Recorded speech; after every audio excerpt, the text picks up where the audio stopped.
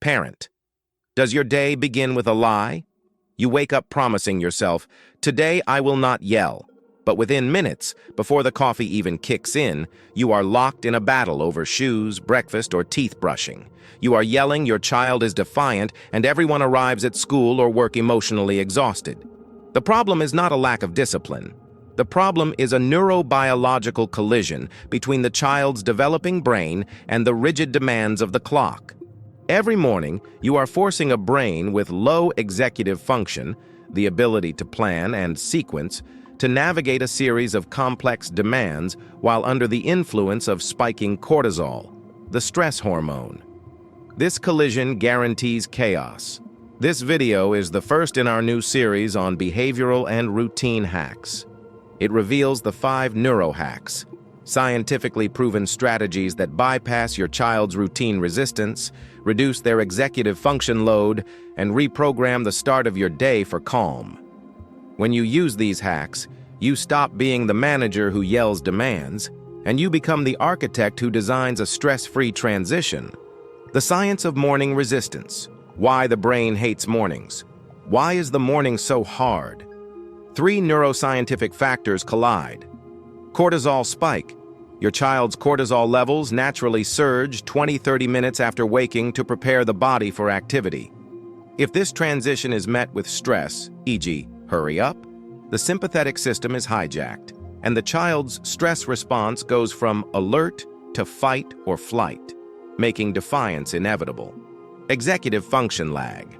The prefrontal cortex, PFC, responsible for sequencing, impulse control, and planning, is the last part of the brain to fully activate after sleep.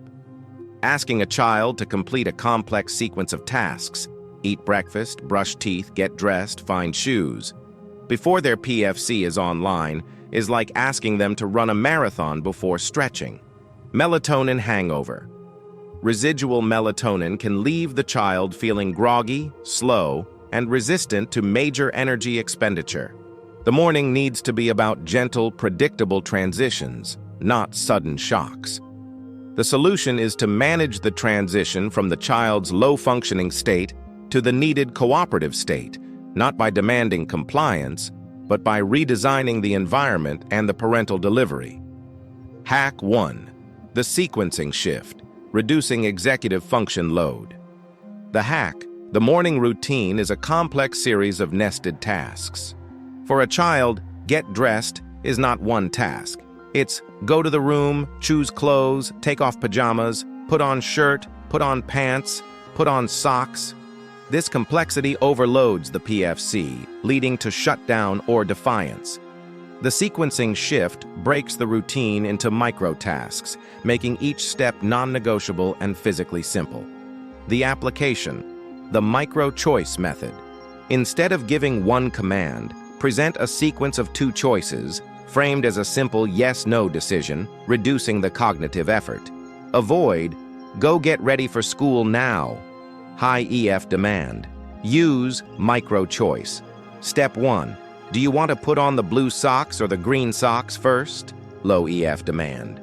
Step 2. After the choice is made, great job. Now, does the toothbrush get the blue toothpaste or the red toothpaste? Advanced technique, the clothes pin method. Hang 3 clothes pins labeled 1, 2, 3 on a rope near the kitchen. Pin 1, eat. Pin 2, dress. Pin 3, teeth. The child moves the pin after completion. This externalizes the routine, making the pin the manager, not the parent. The child is cooperating with the system, not the yelling parent. This reduces resistance because the parent is now the coach of the system, not the drill sergeant. This hack significantly reduces the need for yelling by automating the process. Hack 2, the Time Dilation Trick, making time tangible. The hack, children under 8 do not understand abstract time, 10 more minutes. Saying, "We need to leave in 5 minutes," creates an internal rush that triggers the amygdala. The Time Dilation Trick uses visual and physical timers to make time tangible and predictable, reducing the parent's need to nag. The application, the visual timer, sand or color. Replace abstract time with disappearing color. Use a large kitchen timer with a bright red disc that slowly disappears, or a large hourglass. Rule: the timer is the boss, not the parent. Dialogue: we have until the red disappears to finish eating. When the red is gone, we transition to shoes.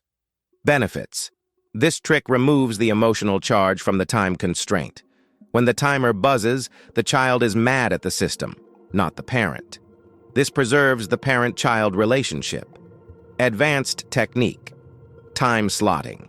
Assign physical time slots to activities, e.g., 10 minutes for eating, 5 for dressing. When the time slot is up, the next object moves to the table. This teaches sequencing without the pressure of an abstract clock. This hack manages the external chaos and lowers the parent's stress, as they now trust the system, not their own constant watch-checking. Hack 3. The priming loop, reducing morning decision fatigue. The hack: every decision, what to wear, what to eat, where the backpack is, drains precious executive function energy. Decision fatigue leads to morning meltdowns. The priming loop uses the calmer, regulated PFC of the night before to make decisions for the chaotic morning brain.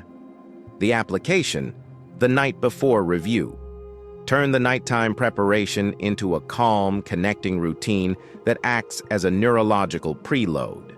The checklist: before reading a story or saying goodnight, perform a 60-second routine review together.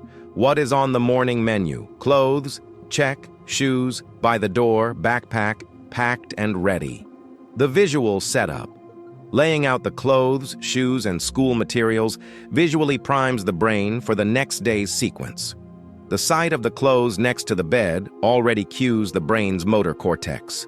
By transferring the decision-making load to the night before, you save critical emotional energy for the morning. This dramatically reduces the need for the child to resist because the choices have already been made in a state of calm. Hack 4. The Ventral Vagal Wake-up, the gentle transition. The hack: waking up with a sudden loud alarm is a sympathetic shock to the nervous system, instantly triggering alertness and potential aggression. The ventral vagal wake-up prioritizes gentle sensory input to guide the nervous system smoothly from sleep to alertness. The application: light, sound, and scent. Light: the circadian cue. Use a sunrise alarm clock or simply open the curtains 10 minutes before the child needs to wake. Natural light suppresses melatonin gently, signaling the brain's internal clock, circadian rhythm, that it's time to start. Sound: the prosody cue. Replace loud, jarring alarms with quiet, rhythmic classical music or a gentle ambient sound. The quiet, predictable sound signals safety to the auditory cortex, revisiting Code 1 from the last video. Physical connection: the parent should wake the child with a gentle touch, a hug, or quiet words, not a demand. This physical connection grounds the child in the ventral vagal safety state before the demands begin. A calm beginning is 50% of the battle won. You are starting the day as a co-regulator, not as a threat. Hack 5. The first 10 minutes rule: cooperation before compliance. The hack: most parents immediately hit the child with demands. Get up, eat now. This creates a deficit in the child's cooperation bank before any deposits are made. The first 10 minutes rule states that for the first 10 minutes after the child is awake, the parent prioritizes connection, ventral vagal, over compliance, sympathetic. The application: the connection deposit. No demand zone. The first 10 minutes are strictly for affection, conversation, or quiet play, e.g., reading a book together, a quick tickle. Dialogue: instead of "go brush your teeth," start with "tell me about the dream you had," or "let's cuddle for 1 minute." The deposit: by connecting and filling the child's emotional tank, you build the cooperation capital needed for them to handle the demands later. A child who feels connected is physiologically more capable of listening and following instructions than a child who feels rushed and bossed. This rule flips the traditional script and ensures that the child is emotionally ready to engage with the system, hacks 1, 2, and 3 that you have set up. Conclusion: mastering the transition architect. You have now learned the 5 neuro-hacks to transform your morning chaos: the sequencing shift, the time dilation trick, the priming loop, the ventral vagal wake-up, and the first 10 minutes rule. You are no longer reacting to chaos. You are designing for calm. Mastering these transitions is the key to protecting your patient's and your child's nervous system. This is just the first video in our new series, the Co-Regulator, Behavioral, and Routine Hacks. We will next tackle the high conflict demands of bedtime, homework, and technology limits. Click the subscribe button and the bell icon to ensure you don't miss the next video in this new series.